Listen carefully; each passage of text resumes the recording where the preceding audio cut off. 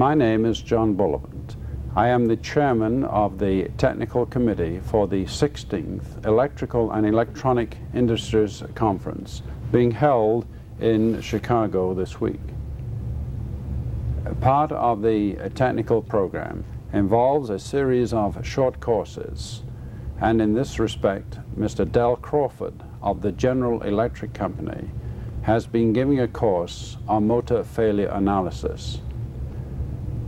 Motor failure analysis is a very key component in determining the performance of electrical equipment, and in this respect, Mr. Crawford has devoted most of his professional life in this particular and very important area. The presentation itself is an update on a previous presentation made a number of years ago, and there can be little doubt at all that the information he has represents the latest analytical information with respect to motor failure analysis. It's a pleasure to introduce to you Mr. Del Crawford of the General Electric Company. This is the motor failure analysis course, and we will study this subject to better understand motor failures and how to analyze them. You are here today obviously interested, and I welcome you to what I consider a very fascinating subject. First, it is important because of the impact of this subject on every facet of our lives. Failures of these motors lead to disruption of our lives and induce pain and stress on all of us. Any solutions to the failure problems arrived at by motor failure analysis can relieve these stresses and save users, OEMs, and manufacturers vast sums of money. Second, it is a fascinating subject because, like a good detective novel, it leads you on and imparts a sense of urgency and desire to solve the problem and understand the motor failure. So with that introduction, let's start the course, and these will be the subjects we will examine. An introduction to motor failures, where we will look at the benefits. How do motors fail, where we will study motor stresses, relationships to service, and the visual evidence that is associated with each particular type of failure. Failure analysis complexities, where we will delve into the difficult problem of sorting the data to find the true cause of the failure. And Stator analysis, where we will look at field failure analysis to determine the mode of failure, and investigational analysis to study why the failure occurred. We'll start off with the introduction to motor failures. Why study motor failures is a good question. Probably it's accepted by this class that this is valuable and necessary. But let's look at some reasons together to help focus on the need. First of all, there's a need to solve and reduce field failure problems because it impacts upon our customers' confidence in us. And if we do this, we satisfy the customer and keep him coming back to us for more of our product. In addition, we will reduce the field complaints and costs. For example, if we think about something very close to you, your household refrigerator, if that compressor were to fail, it would cost you, or if it's under warranty, the manufacturer of that refrigerator, $200 to $250 to replace it. In the case of your central air conditioning unit, this replacement cost would be about $500. And on big commercial units, such as on a big store or something, $1,000 and up is typical. So there is a vast amount of money involved in field failures. Another need would be to improve the general product quality. To gain an edge on competition would be the reason for this. And motor failure analysis can show us ways to improve our quality. And if we improve our quality, we should be able to decrease the number of failures which the people in the field are seeing on any given product. Another need would be to lower costs. We need to decrease the cost of manufacturing the product. If we do this successfully, we should improve our share and increase our profitability. And fourth, we need to meet new challenges. All of us in industry know that our current designs have a finite life. To maintain the business and grow the business, we need to continually introduce new motor designs to meet the requirements of our customers.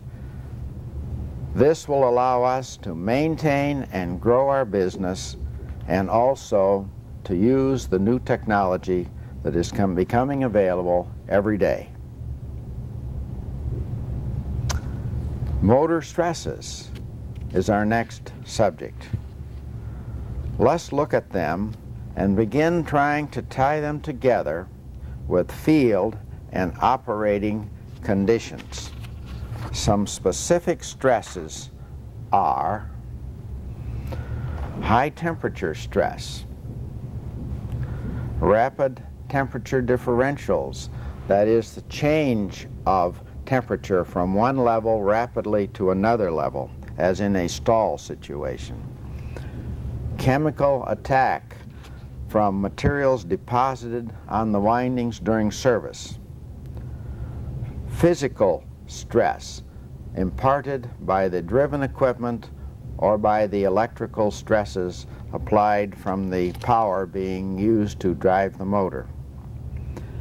Electrical stresses such as lightning surges or switching stresses. And mechanical damage such as might be done to the magnet wire during the building of the stator or during the building of the motor. Let's look at each of these stresses individually and in some detail. The same format will be used on each.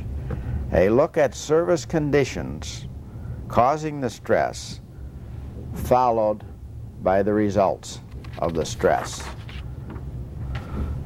First of all, let's consider high temperature stress.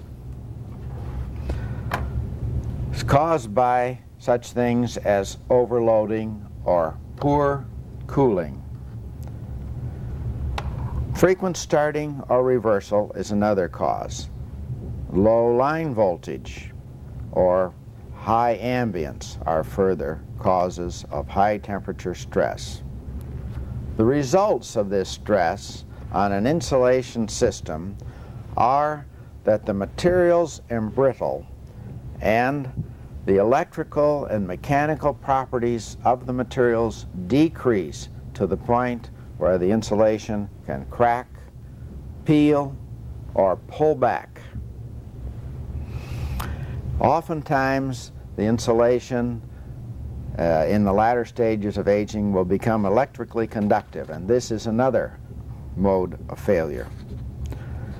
Ultimately, moisture and contamination in these cracks leads to conductivity and arcing and failure of the motor. High temperature differential stress. The service conditions for this kind of stress are rapid and repeated stalling, but being protected before burnout. An automatic resetting protection scheme can cause this kind of stress when the loads are started. High cyclic duty with heavy inertial loads can cause this kind of rapid temperature change. The results of this stress are that these high differentials in temperature cause physical stress from differential expansion between the parts such as the copper or aluminum magnet wire and the iron core structure, or between these conductors, the aluminum windings or the copper windings, and the insulation materials that are separating these windings. This differential stress often causes bond rupture, one wire to another, due to physical stress. This allows the magnetic forces to move the wires and wear the insulations. Let's take a look at chemical attack. The service conditions might be such as this. Motors are subject to the deposition of materials on the windings because of the ventilation system which draws air from the surrounding area into the motor to cool it. In the case of motors serving in industry, this drags in chemicals, dirt, lint, all kinds of things which tends to get deposited on the windings. Then there are things that contaminate or complicate these, such as moisture, which can make the chemicals or the lint or dirt conductive.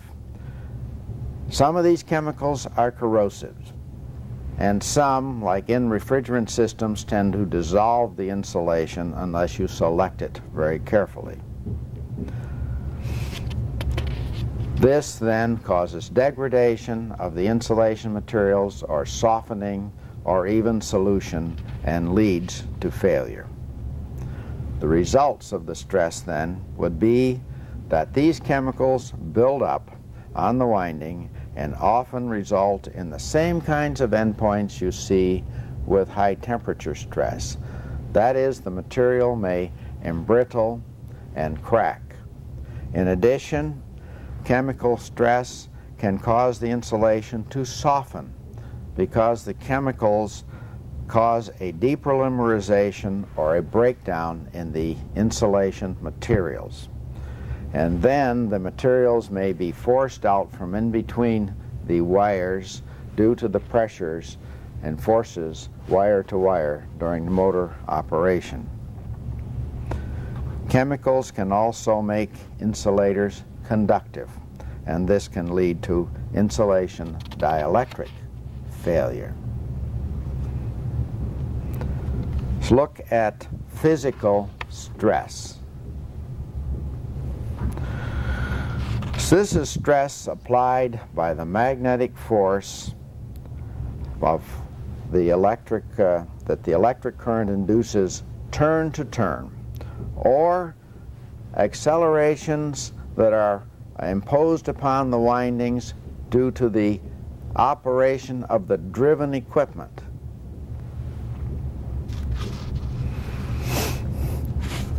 The results of the stress might be that this vibration, either due to the electrical forces between conductors or the accelerations from the driven equipment, can break down the bonds turn to turn, or the bundle of wire in the ground insulation structure, and then we have wires that are loose and can be moved.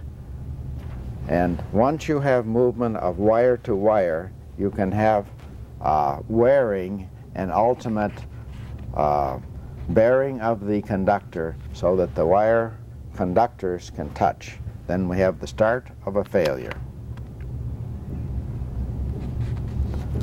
Electrical stresses.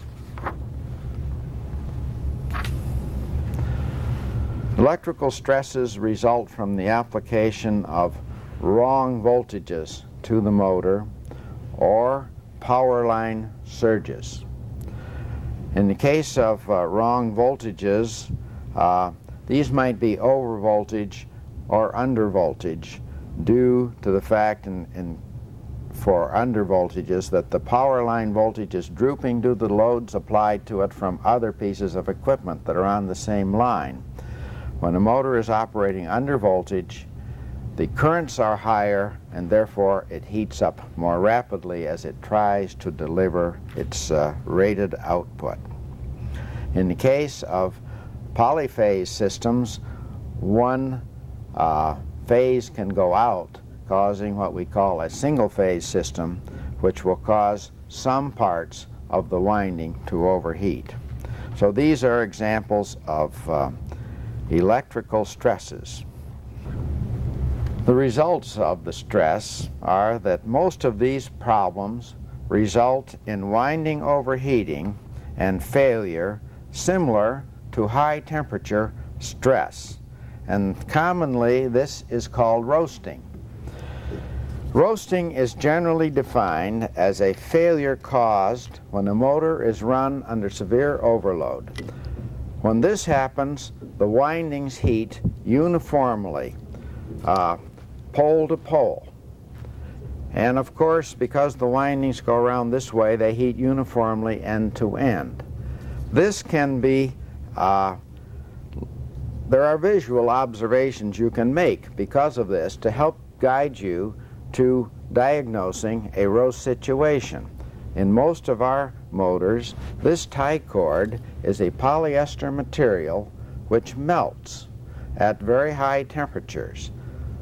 The windings in a roast get to these temperatures, so the roast pattern then shows up as melted tie cords or melted slot liners uniformly and equally end to end or pole to pole.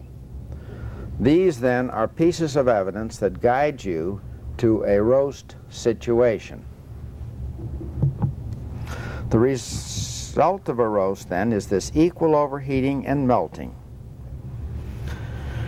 Multiple failures are the rule in roasts. A roast in itself is not a failure.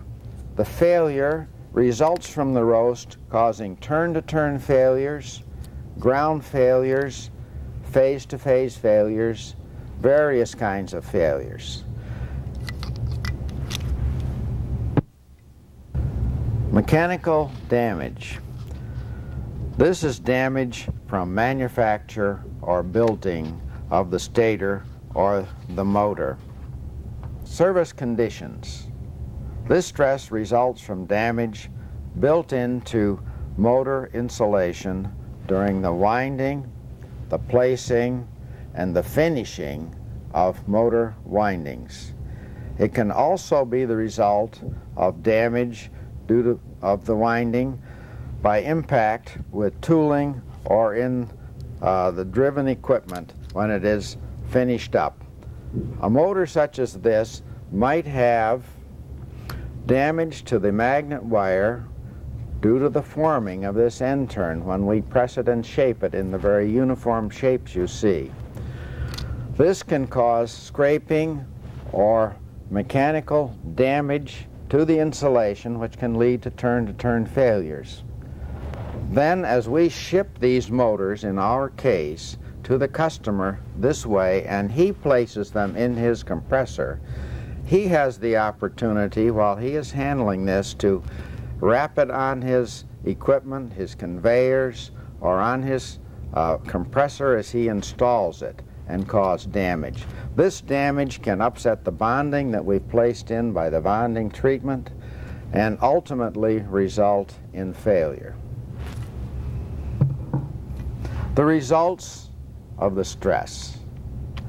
Service conditions may cause these breaks in the insulation system to become unable to withstand the electrical forces applied to the stator. For instance, in the case of industrial motors, chemicals deposited in a winding may be conductive and result in arcing between turns, leading to a turn-to-turn failure. Or higher than normal operating temperatures may cause film embrittlement and loss of adhesion to the magnet wire. This loss of bonding and film embrittlement can cause the insulation on the magnet wire to pull back where the wires are under tension due to being pressed tightly to one another. And if we are then having a situation such as differential stresses causing a breakdown of bonding, this combination of force and chemical embrittlement may cause the film to break and pull back, causing a short between conductors at that point and therefore initiating a failure.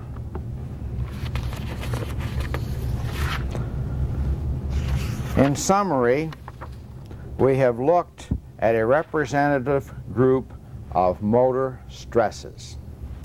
Now let's give these stresses some more common names, and in some cases combine them in more realistic ways. Then I'll add the visual evidence associated with these stresses or motor failures. These are the categories that are commonly observed during a routine type of motor failure analysis. They might be as follows: roasts, and a subcategory of roasts called pattern burns, turn-to-turn failures, which are wire insulation failures, and a subcategory of wire failures called spot burns. Ground insulation failures, which are failures, of course, to the ground structure. Phase insulation failures, that is, failures between various phases of the motor winding. Connection area failures around the area where the leads are connected to the winding. Lead area failures where the lead insulation itself fails. And, of course, a miscellaneous group of failures encountering many different types of things occurring only infrequently. These are not in the order of decreasing frequency of failure. At any given time, any of the first six could be first. And even the miscellaneous category may have a subcategory which will be important and may be expanded in detail if some minor failure rears its head which needs further study. Examples might be open windings or damage from chemical attack. And blistering is not really a failure, but maybe it's a detail you want to study in the case of our hermetic motors.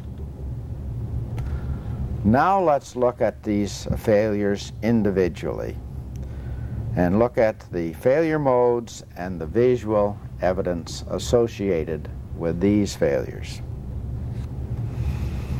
First, we'll take a look at roasts. Roasts are the overheating of the winding until failure occurs. The cause is an overloading or a stalling of the motor with the full line voltage applied, which results in heavy current and therefore rapid heating until it roasts out or destroys the insulation. Let's look at some visual evidence now.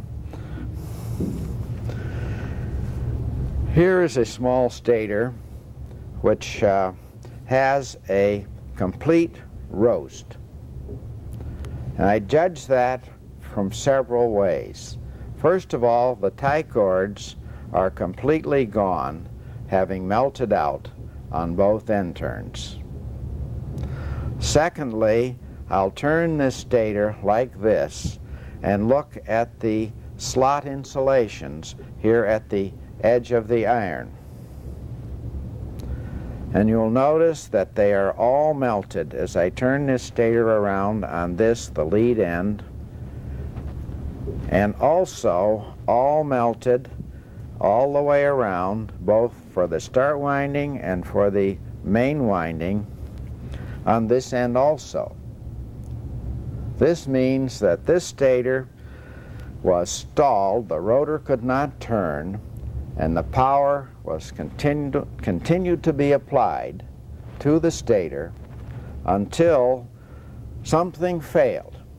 Now in this case we can see that we had a wire failure on this end, and also that it grounded over here.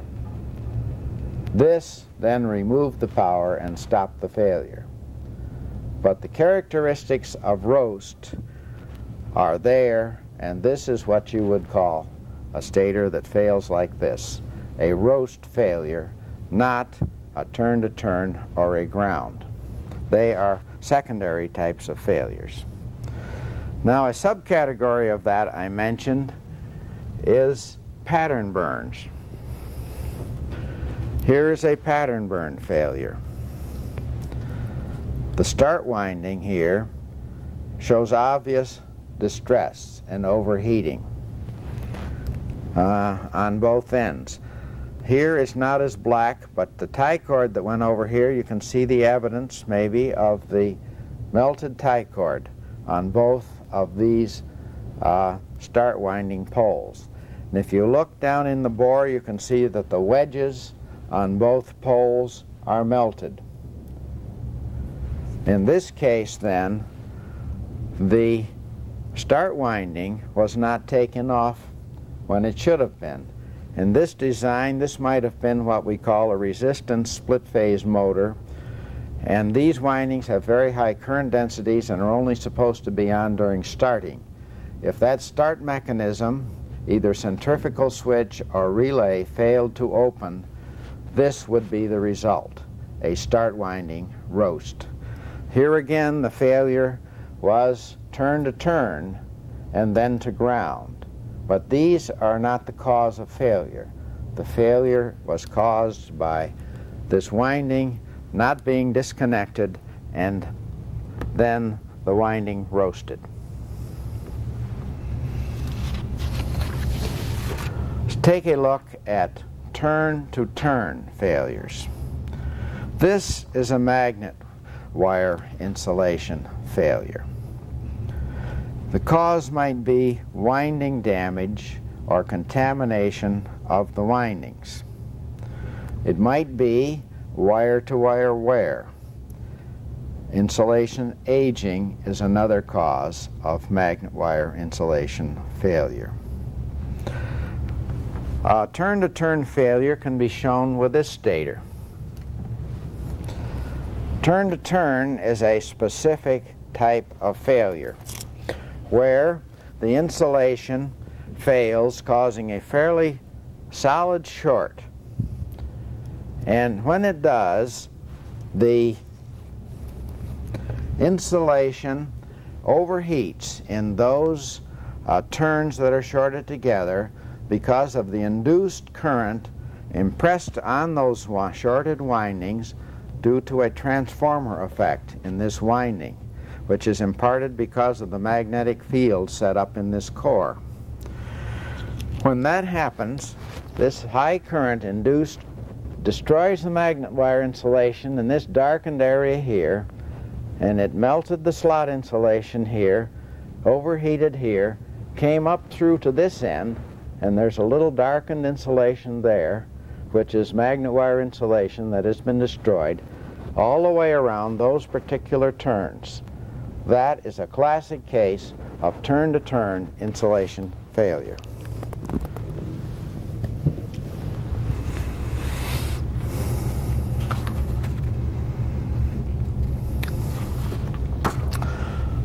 Connection area failures.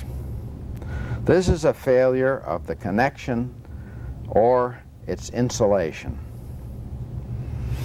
And the cause is an overheated connection or a connection with sharp burrs on it, which can cut through the connection insulation, or that this insulation may be out of position, allowing the connection to be laid without insulation on the magnet wire.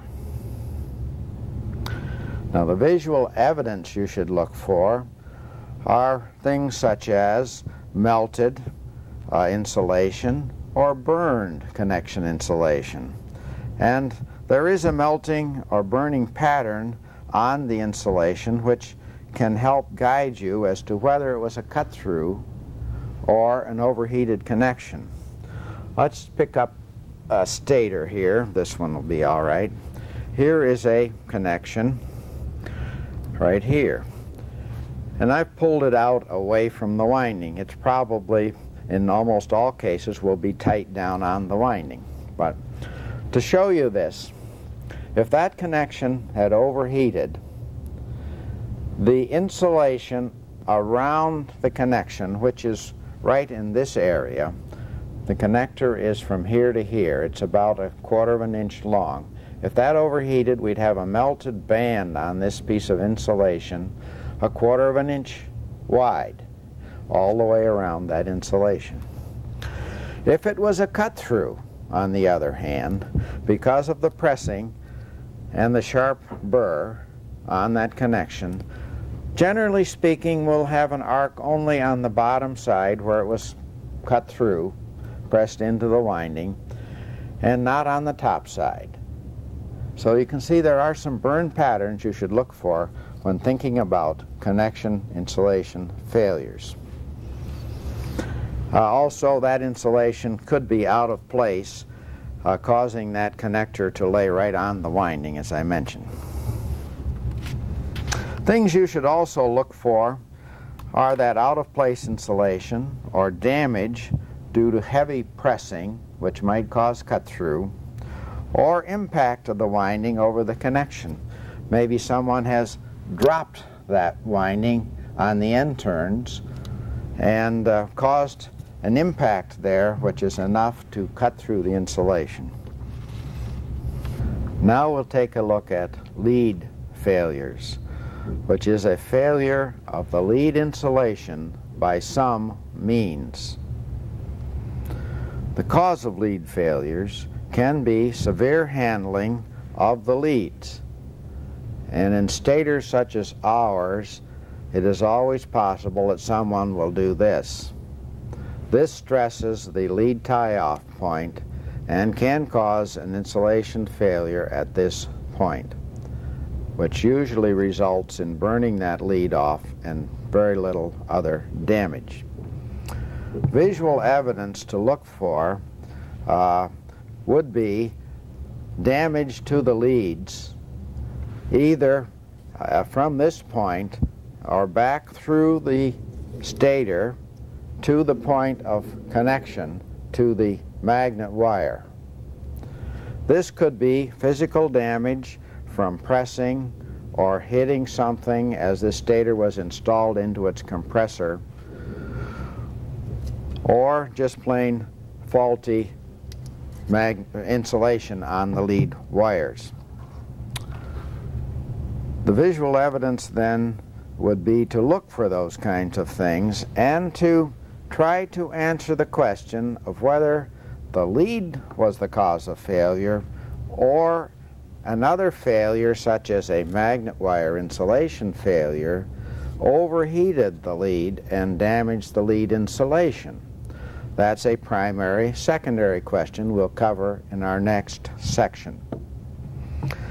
Generally, anything more than moderate lead end-turn burning leads me away from a lead failure to a wire failure mode because of the power available between the leads which are carrying the power into the stator and the end turns.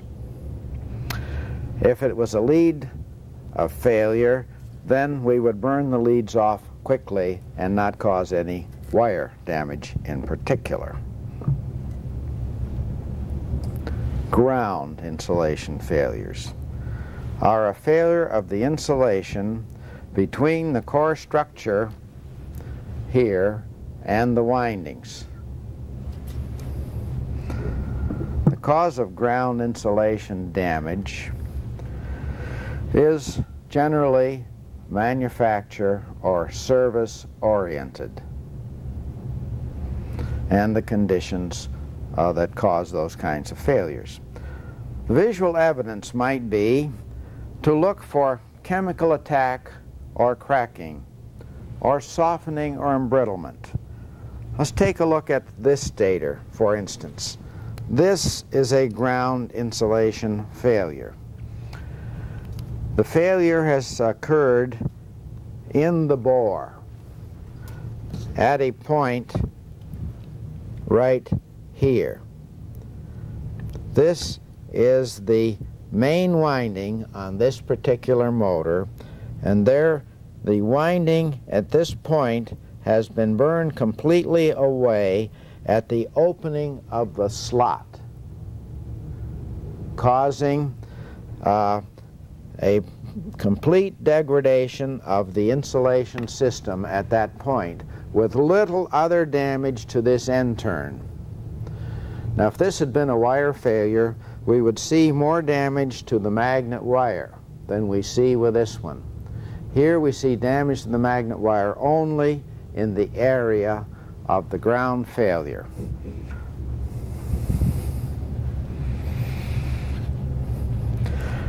In looking at the visual evidence, we look for such things as damage due to pressing of that end turn and forming it into the shape you see here, which is necessary in these kinds of motors, or some of the tooling we use may go in between the slot liners here to support the windings while we are forming the windings. This can cause damage. In the case of chemical attack, the chemical attack may have embrittled the slot liners and caused a crack at this point, or it might have softened the insulation, causing it to be cut through under the pressure of the wires as they come out of the slot into the end turns.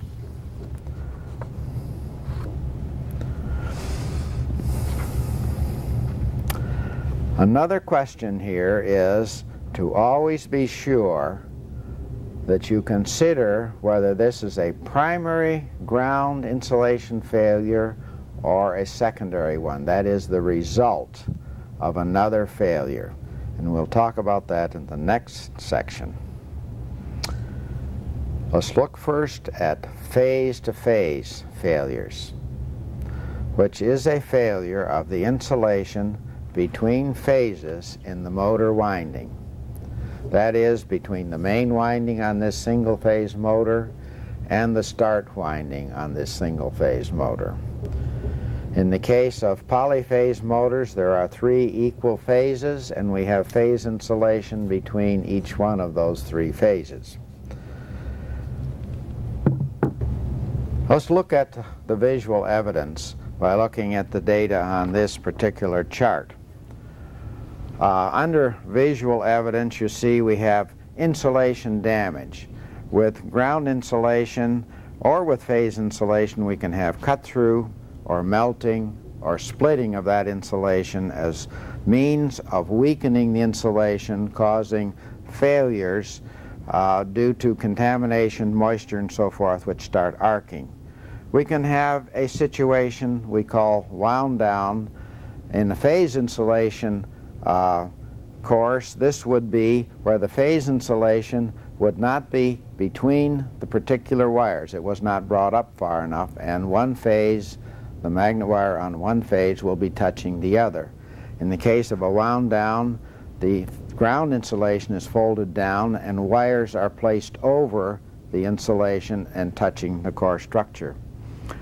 In both cases, we can have insulation aging, such as cracking or softening or depolymerization of the insulation materials. In the case of chemical attack, this would be such things as hydrolysis. In the case of these polyester materials that are used in our stators, we have to be concerned with reaction between the magnet wire and the ground insulation, which is a polyester film, and moisture, which can cause embrittlement of that film and make it become shatter brittle.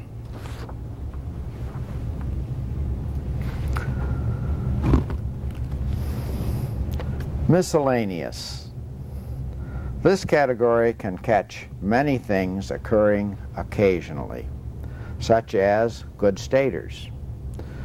Good stators may be a category you wouldn't expect, but our customers see many good stators coming back into their repair and return facilities, mainly because the technician out in the field has misdiagnosed the causes for that system not operating and has changed out the compressor and sent it back under warranty, say, and back into our customers' repair and return facilities.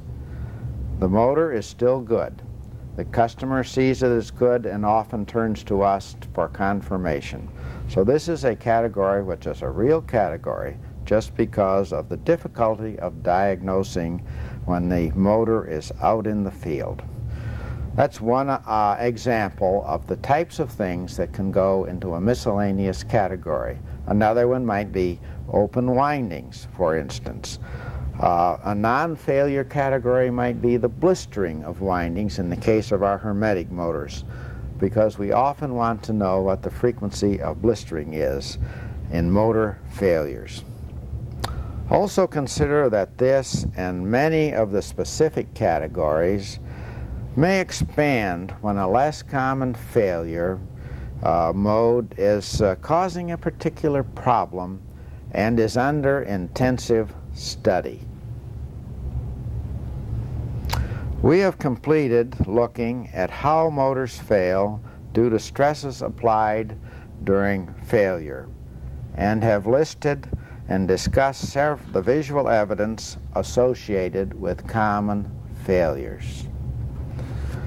All would be easy if we would always have a simple one failure stator, because then the failure mode descriptions and the visual evidence would always line up. But alas, as in all real life situations, this is not so. Most failures exhibit multiple numbers of failures, and the problem is to determine out of those many failures which one was the primary or initiating cause of the failure. And the next subject deals with that problem. Failure analysis complexities. As I mentioned above, many signals are found as a stator is examined. And these often seem very confusing, at least at first. To marshal and pick the proper set of signals, the ones pointing to the failure cause, a person needs a few rules and principles and theories, along with an analysis routine. Applying these ideas will steer you towards picking the evidence pointing to the cause of the failure, rather than the one pointing to the results. Whenever I examine a failure, I am always oriented towards finding out why it failed. That's the difficult and interesting part. Pointing out the result of the failure does not solve the problem. As a result of this, I may seem to ignore or pass over major burned areas to concentrate on minor or small failure areas. I have found that these failures often lead clues that lead you to the real cause of the spectacular failure. And of course, that's the one that seems to demand your attention as you start looking at a failure.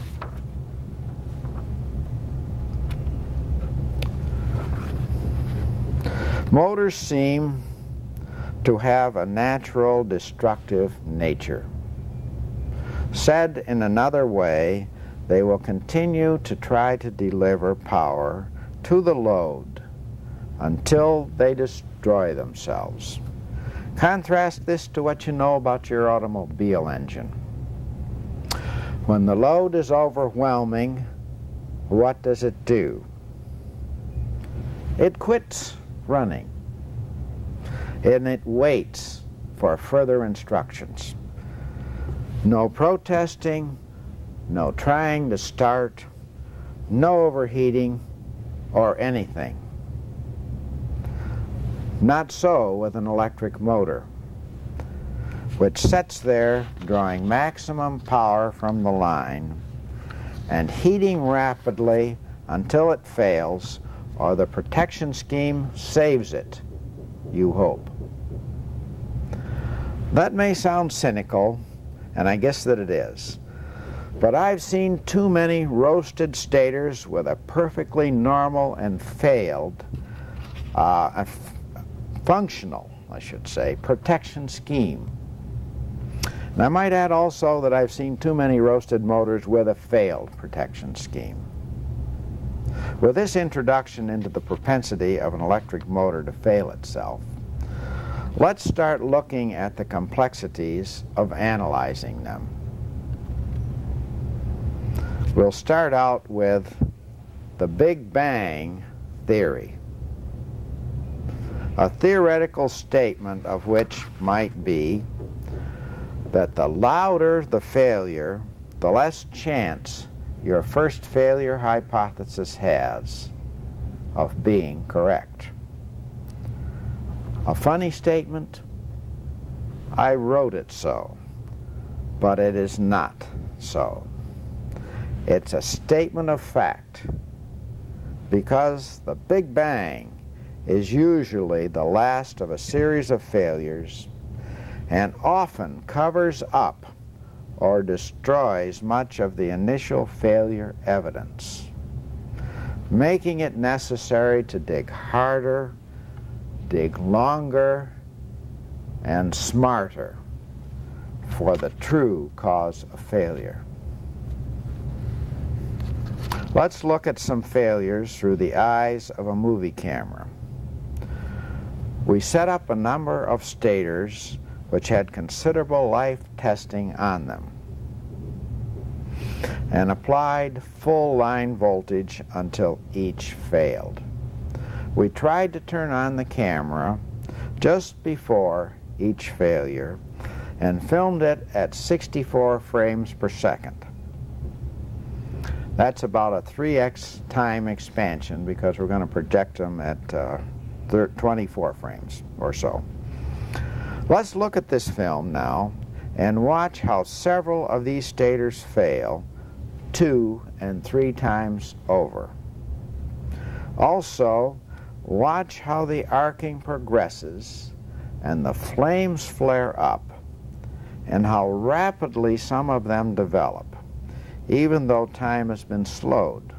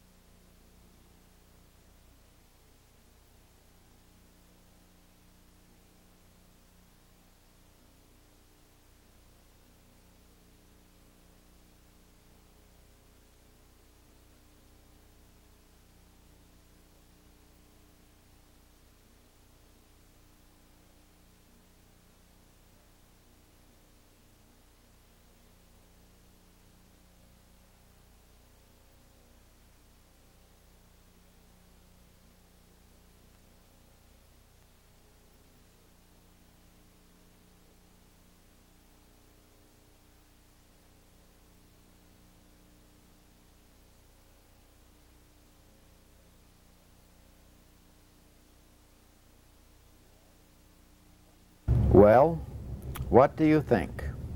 Did these movies give you a better idea of how failures develop? Or a better idea of how long it takes for a failure to run its course? You should have a better appreciation of the difficulty of protecting a failing stator with protection schemes such as fuses and breakers. If we were to time some of these failures and reduce that time by the 3x expansion, you would find the times would be from a fraction of a second to maybe 10 seconds. Let's look at this subject a little further. How fast do failures develop? I studied the subject of how fast failures develop with a computerized data-taking system a number of years ago. This system was detailed in an EEIC paper entitled Instant Replay of Motor Failure Conditions, given to the 1979 conference in Boston, and is in those proceedings. This paper describes a system capable of taking 8 pieces of data on each of 10 air conditioning units each second and storing 4 minutes worth of that data on each of the 10 systems. The data was rolled over continuously to stay current. At failure, a 4-minute string of data was available for recall on any failed stator because it would be frozen at the point or moment of failure. Here are some of the failures captured. Note the variety and times of failures. First,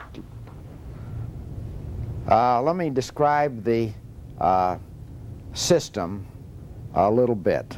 This was set up to run on a 10-minute cycle with a stall which was controlled by the motor protection scheme. The power was interrupted momentarily and reapplied, which stalls the compressor. It then is stalled until the protection scheme takes the stator off of the power line. Then it sets idle for about a minute or two and starts up as soon as the protection scheme says everything is correct, temperatures are where they should be, and it runs. Now, in the first test shown here, the stator, the motor was running and had been running 35 seconds after startup. At that point in time, a failure developed, and 10 seconds later, the motor was failed, as shown here. We got that stator out of the compressor and examined it, found it to be a wire failure of the turn-to-turn variety. It takes 10 seconds to develop in that case. The second one occurred at the stall. It took 20 seconds to develop, and when we got that compressor apart, we found that we had a rotor failure which melted rotor aluminum and spewed out on the winding, causing a ground and wire type of failure. That had taken 20 seconds to develop because of the rotor failure situation. The third one was running 5 minutes after stall, and then the failure onset and developed to failure in 20 seconds. Again, a look at the stator revealed this was a turn-to-turn type of failure. The fourth one occurred at stall. Took 35 seconds to develop, and in this case turned out to be a protector failure because it was a roast situation and the protector had not turned off and kept the power on the stator. The fifth one was 5 minutes into its running cycle, and in 2 seconds the failure occurred. It was a ground failure.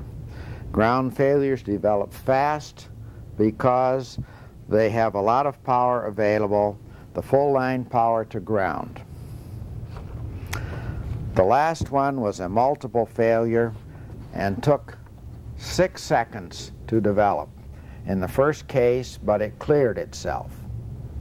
Then after running 60 seconds more, the line current jumped up by a factor of 10 amps, and the failure occurred 20 seconds following that increase in line current and was a wire insulation failure.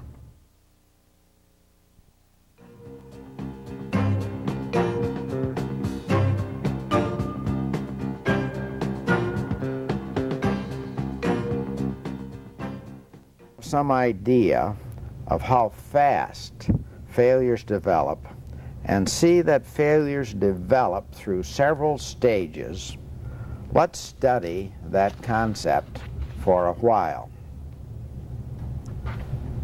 Primary and secondary failures.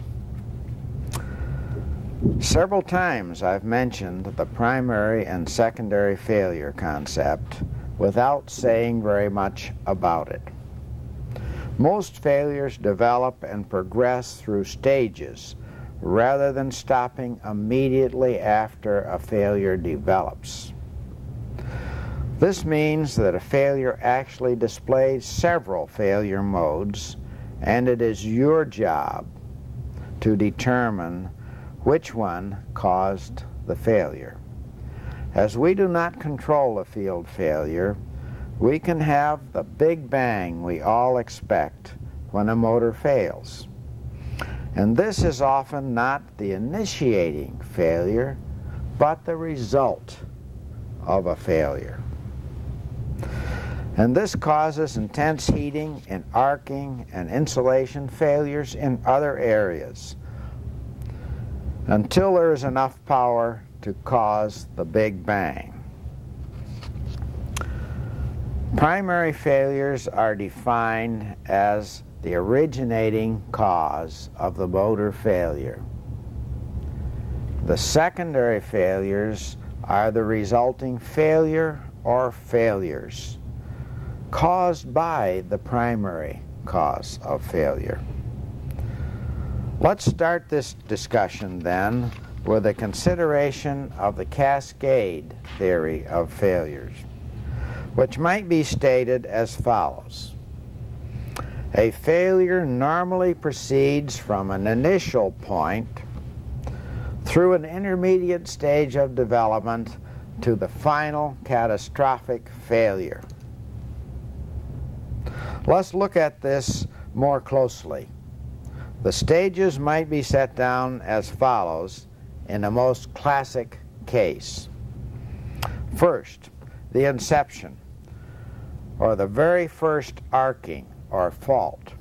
This might be, for instance, a turn-to-turn or other failure initiated by some arcing or a solid short. This then causes a minor failure, which might be a solid short causing high loop currents around the end turns and burning and blackening and destroying the insulation around the end turns, to the point where the next coil was involved because of the heat generated and the failing of its insulation. This would then be a moderate failure. Once the second coil is brought in, the power available for that failure is greater. This then could cause arcing between the turns, and this may well progress down the end turns towards the ground structure. This is also causing high amounts of heat because of the overheating around here, and in the case of our insulation systems may melt the insulation. Once the insulation, the ground insulation system is melted, this invites a ground failure, which is usually the Big Bang, which is the final termination of the failure. Some other areas on a stator also have large amounts of power and are shown in this chart. In addition to the windings to ground, areas with large amounts of power are phase to phase. The leads have full line voltage on them, and if leads fail to some parts of the winding, there's large amounts of power. Also, the addition of thermostats on the winding or in proximity to the winding can cause failures between a thermostat and the winding, or sometimes between the thermostat and a structure nearby, such as a housing on the motor. The leads are often dressed over the iron structure, such as this, on their way out of the motor or compressor. And so we can have a lead failure at that point if the insulation happens to have been pinched, such as this. Large amounts of power are available there. There may be some others that I haven't mentioned. In summary, then, a primary failure is one which initiates the failure process. And a secondary failure is one which results from the primary failure. This thought then leads to the next subject, failure hypotheses. How does one determine which of several visual failure modes was the cause of the failure and which one was the result? Forming one or more failure hypotheses is the best way I know, because it causes you to collect the data and to marshal it in a logical manner. If this is done with an open mind, the various theories can be tested, or the various parts of one theory can be tested by seeing if it might support a reverse route, for instance. This involves making the secondary failure the primary one and testing the failure evidence on that supposition. Keep looking for the evidence and questioning the evidence and the hypothesis until you have developed one with the best fit to the data that's available. Then you will be able to label the primary or initiating failure and the secondary failures and define the failure cascade. For example, a recent stator was being analyzed and appeared to be a simple ground failure because of the localized burning and damage very near to the slot opening. In spite of the fairly classic case or appearance of this failure, I wasn't satisfied, because I know that turn-to-turn burning can be rather completely hidden within the end turns.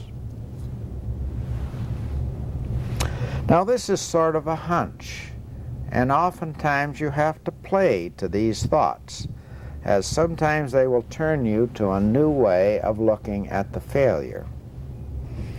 Therefore, I started looking into the winding to see if a failure in the knee of the coil. A knee of the coil is the point where the wires come out of the slots and bend over in the end turns. And of course there's another knee over here where they bend and go back through. And I started looking into this area by cutting off the end turns, such as this. Now I do this in investigational analysis so I can look at this side, which I can't see. It's against the iron normally.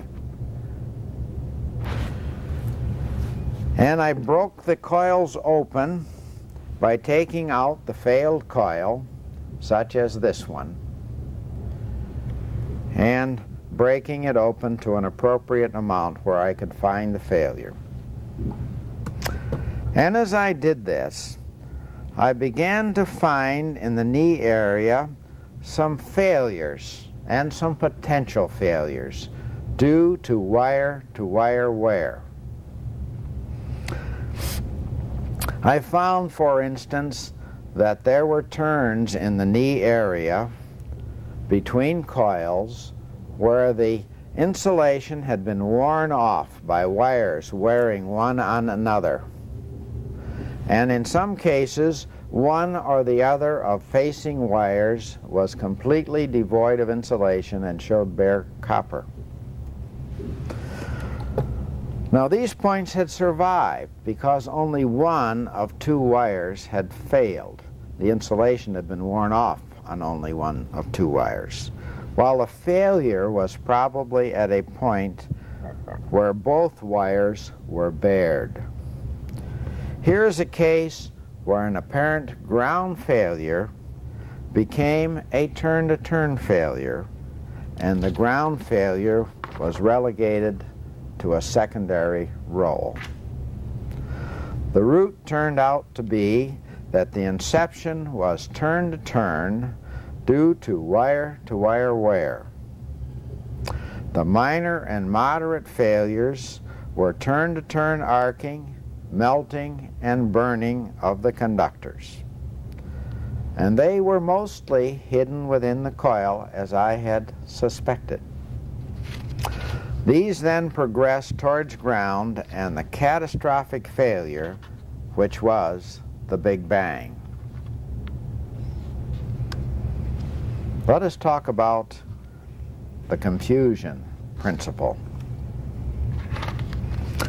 A statement of this might be that all evidence gathered seems to point unerringly towards a different failure mode. This reminds me of the engine in my son-in-law's van. All late spring and through the summer until about 6 weeks ago, he had struggled with confusing signals obtained through his own work and through work done at the local dealership garage, and even a few sessions by yours truly. Usually when I quit, the engine was running smoothly, only to go sour again within a day or so. Confusing evidence and signals. Then he asked for my help again while I was in the process of preparing this course, and I decided to heed my section on the confusion principle, and with paper and pen in hand, we gathered the evidence together. I put two columns on this paper, one entitled Corrective Actions, and the other one entitled Symptoms. And I interviewed him, writing down anything anyone had done to solve the problem in this column. And in the other column, we wrote down all the current symptoms. Then we reviewed both columns together, and we started asking questions of these pieces of information and trying to find or searching for a failure hypothesis. We questioned the symptoms forwards and backwards, using the corrective actions to see their effects on the problem. And as the process of elimination, that is, the search for the primary cause, continued, I began to feel the most likely cause of a very low-speed, a rough low-speed idle, and some roughness at moderate road speeds could only be due to a carburation problem, mainly because we had checked out the complete insulation system and renewed most of it, and studied it several times over in addition. Now the next statement here shows one of the traps that we all fall into as we analyze failure situations. One of the confusing pieces of information keeping me from making that carburetor decision earlier, maybe even months earlier, was that he had cleaned the carburetor as one of his first actions. And yet, when I cleaned that carburetor, carefully blowing out all its passages, the engine worked normally and has continued to do so. The van experience illustrates vividly how a systematic approach helps to organize thinking and point out the primary cause among confusing signals. This allowed the use of the technique which is the subject of my next subject. It's entitled Poultry Research. I use what a friend of mine calls poultry research to help me sort the evidence. This, of course, refers to the age-old question of which came first, the chicken or the egg. I use this thought by asking myself whether the damage from one failure is a necessary prerequisite to another failure, or could lead to the other failure. Then I reverse the question to see if the second failure is a necessary or logical precursor to the first failure. Usually one of these two ways doesn't fit the evidence, and I've learned something. And I'm able to make a primary and secondary mode decision. In other words, I can label the failures. This was the primary, this was the secondary failure. Then I continue through any other failure modes until I have gone through them all. One additional question often helps during this elimination and labeling process. It is the exclusion question. Simply put, this means that if I'm having difficulty labeling the modes, I start asking the exclusion question of each mode. For instance, what if I have a lead mode and a turn-to-turn mode pair?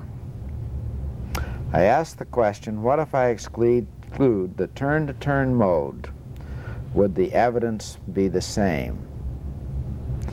If the answer is yes, then I reverse the question. If the answer is no, then I have learned something. If the answer is still yes, then I need to look further to answer the question.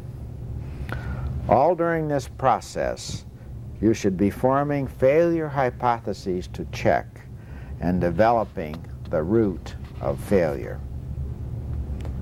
Some examples are, I discussed a winding burn or turn-to-turn mode versus a ground mode earlier, but I didn't say much about the reverse test.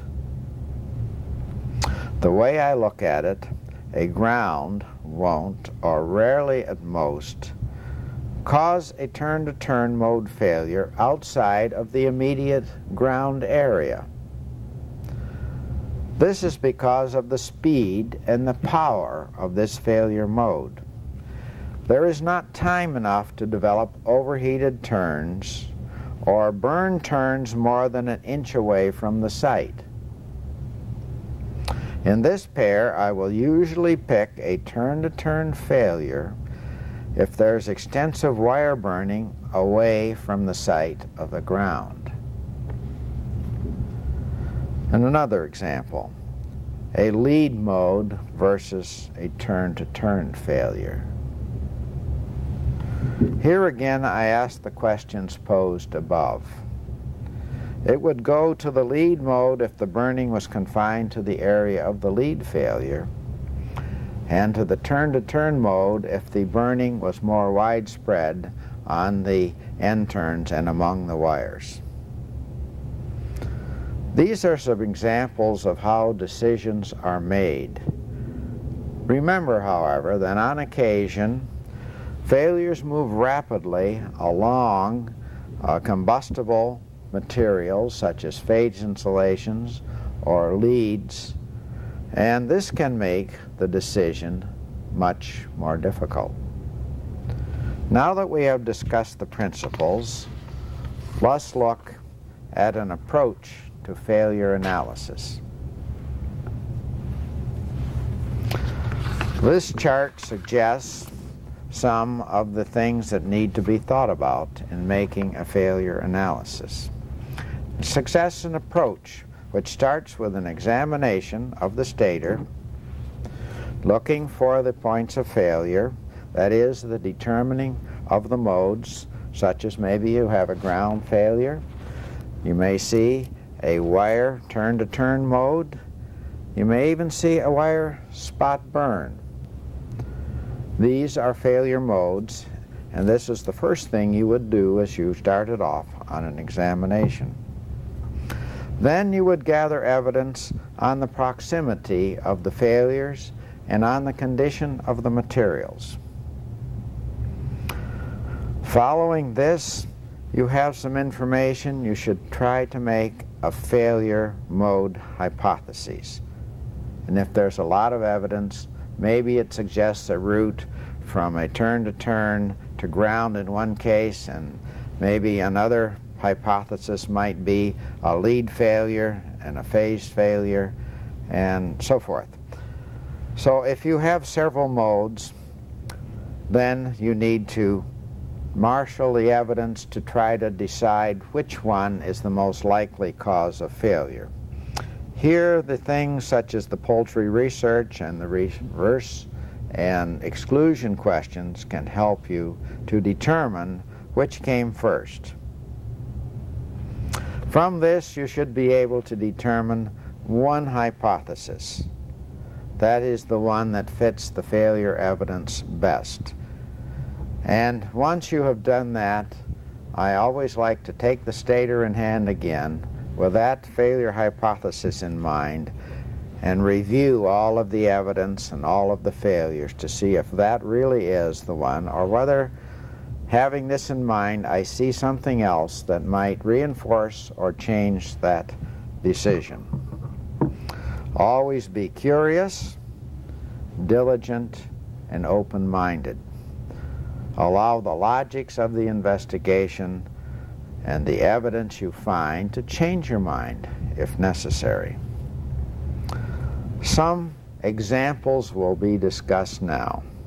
I'd like to take 3 different sets of information, some of which will have the same modes, and discuss these in turn. These different pieces of information will be put together in different ways and are typical of some situations I have examined in the past year. And in particular, the last one is one I examined as recently as May of this year. Stator situation number 1. Suppose you have a stator with the failure, and you are looking at the end turns and there's an obvious turn-to-turn failure, let's say right here. And in fact, it's burning all the way around. And you also find that it's gone to ground, where this particular set of coils goes through the ground structure to the other end. In addition to that, this end turn is fairly dirty and black, while this end turn is clean. No other failures are found. Now, what caused the failure? A wire insulation failure or a ground failure?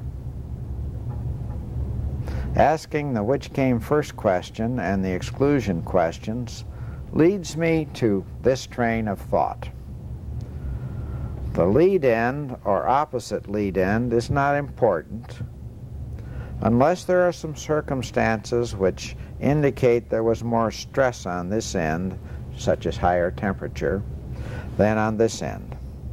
And even though this was dark, black, and this was less so. There was not any particular difference between the ends, because if you cleaned off some of that soot, this insulation on this magnet wire was not different from this. So the end-to-end appearance was not a factor in this failure. A simple ground structure, a ground failure, usually does not cause an all around the coil burning. Because a ground insulation failure is an explosive or rapid failure, as I showed you earlier. But the opposite, that is a turn-to-turn failure, can cause a ground failure, because a turn-to-turn failure develops more slowly and tends to burn and destroy the ground insulation, giving a weakening of that insulation and leaving a ground failure, it open to a ground failure.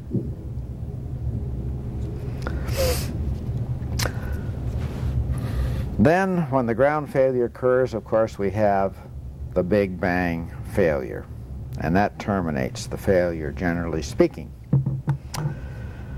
And in addition, as you saw in the movies, this big ground failure often results in a momentary failure, which causes other complications, messes up the evidence, makes it harder for you to determine which is the true cause of failure.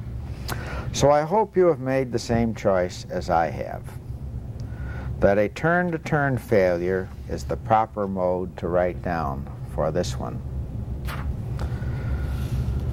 Stator situation number 2.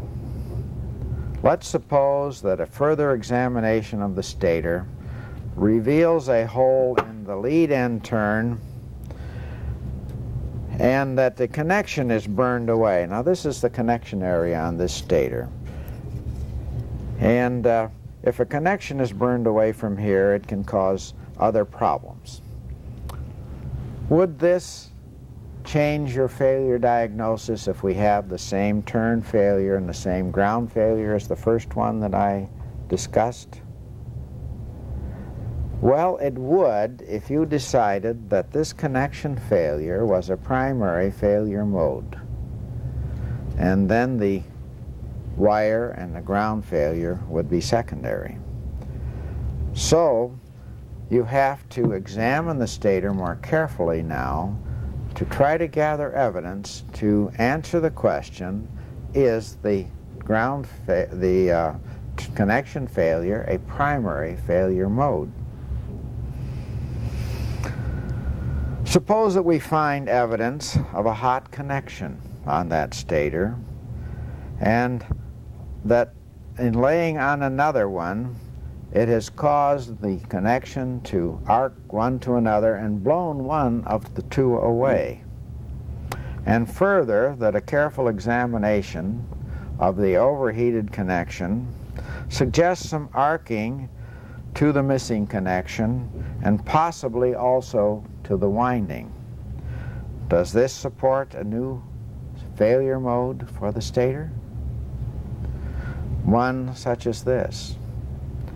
The connection was near the winding potential, that is the overheated one, so it did not become seriously involved, but the one which was blown away arced violently to it because the overheating had destroyed the insulation between the two connections. And connections are attached to lead wires, which often have line voltage between them. This burning and blowing away of one connection caused some arcing and burning to the magnet wire laying near it, which started a turn-to-turn burn. A solid turn-to-turn short was now developed with some winding overheating and the pattern I discussed in the first one, burning all the way around a coil. This then melted the ground insulation and caused the same ground failure as in the first one. This is a very common route of failure, I might add, with joint mode failures. The mode of failure was now a joint failure rather than a turn-to-turn failure, even though both the turn-to-turn and the ground failures were very visible. By examining the evidence and reconstructing the failure, I've been able to point out the true cause of failure rather than the result. Stator situation number 3.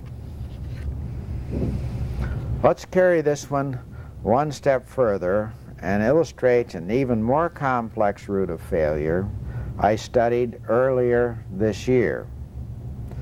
Let's take the 3 elements mentioned above, but change the turn-to-turn failure to a spot burn failure. They burn with widespread melting on the lead end only and not overheating the coil all the way around.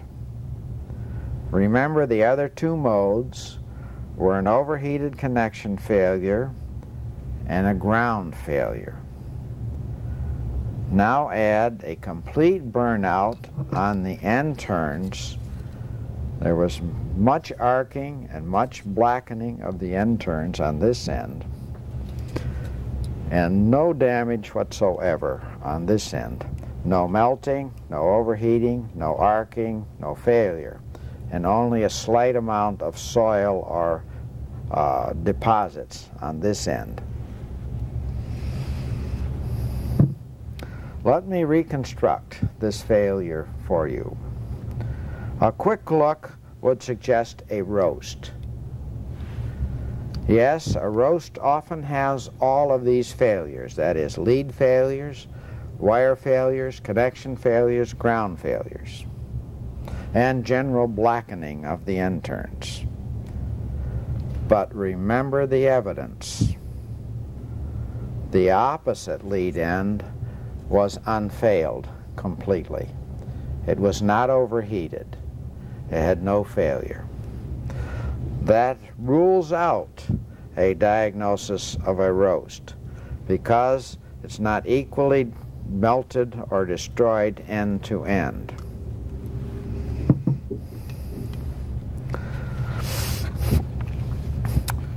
Then there is the possibility that the leads were burned off due to a lead failure. And a tie-off failure, as I mentioned once earlier, can lead to a burn-off of the leads at the point where they leave the stator. But this usually burns a hole in the winding at the point of the tie-off, leaving the rest of the stator unfailed. Using the poultry research question, I couldn't resolve the lead turn-to-turn question discussed earlier, mainly because the leads were completely gone or the insulation was completely burned off, and the extent of damage was very great, leaving little evidence from which to draw a conclusion. In thinking this over, mainly using the exclusion principle, I decided that this was not a turn-to-turn failure, primarily because the failures were mainly and most severe in the area where the connections were, tied down or along the root of the leads. And you can remember that I've mentioned several times how failures travel along combustible materials, and the leads certainly have a combustible insulation on them. Excluding the turn-to-turn failure did not change my decision on the lead failure question. It did not appear to be primarily a lead failure, even though they were severely damaged or involved, because the connection area was failed and completely involved. Here the which came first question helps, because in one way of looking at this question, the leads burn off and leave the connections intact. But the reverse question says that if the connections burn off, then the leads can also continue to burn, because the leads are the primary source of power to a stator. Said in another way, you will find that a lead failure need not cause a connection failure on this stator, but that a connection failure is likely to cause a lead failure, because failures often burn along the connection insulations, and there is plenty of it in the leads. Now a pattern is beginning to emerge, but let's consider the ground failure first. This did not appear to be more than a secondary failure, as it occurred in the area of the connection failures where there was a great amount of burning and arcing and melting occurring. This then damaged the ground insulation and generated large amounts of conducting particles, causing a ground failure at that point. Now let us see if we can reconstruct the failure. I've eliminated the ground failure and the wire modes as primary causes of the failure, and in doing so have organized the evidence in a logical way which suggests the cause was a connection failure.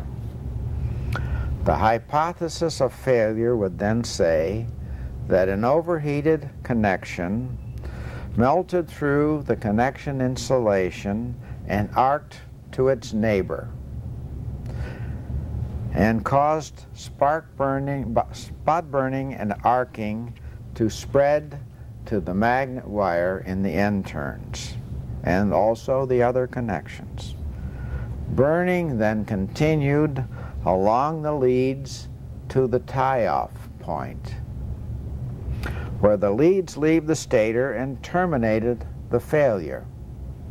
The ground failure in this case was secondary and served to ground the windings to keep the arcing moving along the route of the leads to the tie-off point and increasing failure damage. The failure cause was correctly diagnosed as a connection failure in spite of the extensive damage because of the analytical procedures used. These examples were cited to show the use of the uncertainty principles I just discussed, but they can just as easily serve as an introduction to my next subject, stator analysis. Now we will study our last subject, stator analysis. There are two varieties of stator analysis as shown in this chart. They are field failure analysis, where you desire to know the mode of failure, that is, such as ground failures or turn-to-turn failures or roasts or whatever. And investigational analysis, when you want to know why and how the failure occurred. Let's first look at field failure analysis. This is a short examination and only a visual examination. It often lasts less than 5 minutes to determine the failure mode on a typical stator. When I go out to a customer, I have been known to analyze more than 12 stators per hour in taking a look at a large group of stators. Very little equipment is needed. When I go out to the customer, I don't have a large amount of equipment. I may have a bench on which to put the stators, and I may have a reasonably good light overhead to help me see the failures when I pick up the stator. Other than that, occasionally an ohm meter, a precision ohm meter to measure winding resistance, and maybe a high pot to check whether or not I have any dielectric remaining between the windings and ground. Those pieces of equipment are sometimes available when I go into the field. A standard routine might be such as shown on this chart. The first thing that needs to be done with any stator is to get it completely separated from the motor shell. A stator with a shell on it covering the end turns so that you can only look in one end restricts your field of view so much that you can't see many of the failures which occur on the outside of the stator and down near the iron. Once you have it removed from the shell, then you are ready to make an examination. But the first thing you may want to do is record some data on this and be prepared to write down a few comments. Now, the data might include such things as the particular motor identification, and I can read that on the iron, the stator model number and the date code indicating when the stator was made. In addition to that, you may want to know some data about the driven equipment, what kind of service it saw, how long the equipment was in service, and where it was in service, to help tie down the failure modes with the type of service. You may want some design data when it's available, such as the winding resistance of all the different phases. And if there are any field comments on the motor or the compressor from the field, you may want to add them. Then it's time to look at the stator and determine whether maybe you should wash it. If it's not particularly dirty, you may just take right off and examine it for failure modes, examine it for the damage that was done and the proximity of damage to the failure modes, examine it for the amount of aging of the materials. These are bits of information and evidence that will help you to answer the primary, secondary types of questions that you will have in your mind. Then you need to review your observations and make your failure mode decision. And all of this has occurred within 5 minutes. The final thing, as I suggested before, is to review and make sure that that is the best mode to fit the data. Let me look at one stator and show you how this might happen. I have here a stator which has several modes of failure on it. And I will take this stator and first of all roll it over, looking for any burn patterns on the end turns, such as this melted and otherwise destroyed tie cord, and looking for melting patterns on the ground insulation. The first thing I always do with a stator is determine whether or not it was roasted. Now I notice on this stator, as I continue to look at it, that I have seen a start roast situation because of the burning pattern on the ground insulation. I have seen turn-to-turn burning on the magnet wires due to the darkening on several points, such as this one right here.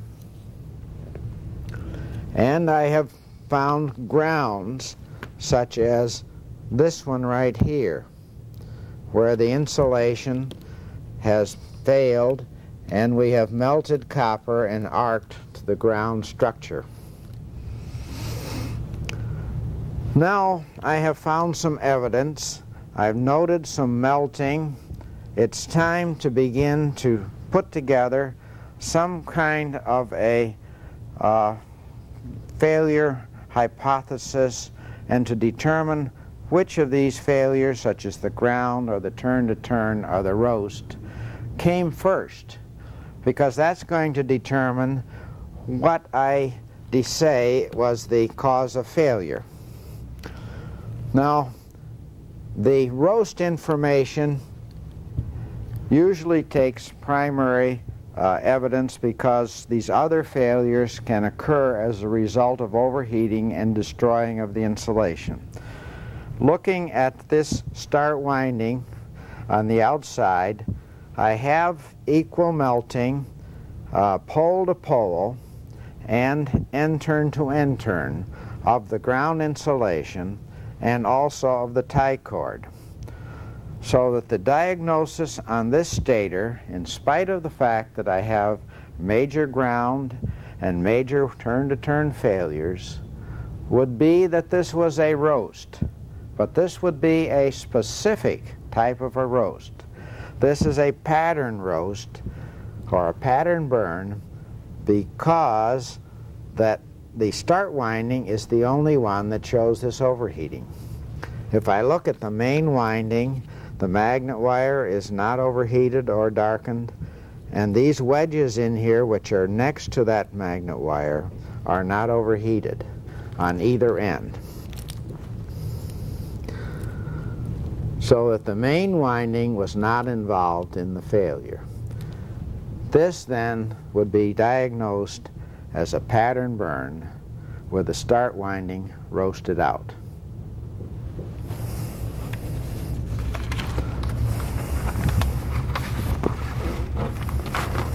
On more complex failures, remember you may have more problems and have more uncertainties, so you have to remember to apply more of the poultry research questions, more of the exclusion questions, and things like this to help you sort out the data and come up with a primary failure cause. The last means of investigating a stator is investigational analysis. This is an analysis where you want to find out how and why the failure occurred. Investigational analysis goes beyond the determination of a failure mode, as I just showed you on that previous stator. And it needs more equipment. Maybe you need, in addition maybe to a precision-o-meter and a high-pot kit, you may need a megger and surge equipment to help you determine where a failure is occurring in the stator. And this is especially true if you had a stator which looks as nice as this and yet has a failure in it. If you have a stator such as that, you may need to open the connections and make pole-to-pole measurements and phase-to-phase measurements of the dielectric to make sure of where we've had a phase failure or where we've had a ground failure, and this will help you determine where you should look in that stator. Then you will not be looking like the needle in the haystack, just randomly poking at the stator and trying to figure out where the failure occurs. Once the general location is known, you may want to plan a strategy for examining this stator. Here you may want to consider cutting the stator up. And one of the first things is to decide where to cut that stator. One of the most common ways is to simply cut the end turns off of the stator, right flush with the iron. This can be done on both end turns and allows you to push out the slot portions for examination if the failure is down in the slots. Now you may want to consider special cutting efforts such as this one, in which part of the end turns were cut off and leaving part of the slot portions attached. And this is especially necessary if you feel that the failure was down near the iron, and the cutting the end turns off through here would cut through the failed area. In this one, I wanted to look particularly at some of the phase problems, and I was able to examine this area and down to the iron very carefully, finding a very extensive coil-to-coil failure in the main winding, shown by all this black debris here and here. This kind of a failure is a coil-to-coil failure because there is very little burning within the coils, but major burning between this set of coils and this set of coils. Now, further, when I have an end turn, and before I cut it, I have determined through electrical and other measurements which pole the failure is in. I'll take off the tie cords and end up with this much. And here is a failed main pole. Once I have that, if the failure is not immediately obvious, I may want to break 1 or 2 coils off until I have the failure. In this case, we had a failure. This is coil 2. The first one is already gone. There was a failure between coil 2 and coil 3, and further from coils 2 and 3 over to coil 5 here. Another type of coil-to-coil failure. Further, if the motor is small and not varnished, you may want to consider removing windings by reversing the procedure of the winding process by taking out the windings turn by turn. Taking out the windings which are in your way and are not failed, and leaving the last winding in there, the one where the failure is. Then you can unwind that winding turn by turn until you come to the point of failure, and therefore you can study it. This concludes the motor failure analysis course. In this short time, I've tried to show you the common types of failures seen in a random wound AC stator, and some causes and visual evidence associated with these failures. Then we have studied the complexities of choosing the primary or secondary failures. The primary failures being the initiating failures, and the others being secondary or caused by the primary failures. And finally, I've shown you some analyses which I have discussed to illustrate how one approaches the actual analysis of stators, and tried to apply some of the principles I discussed.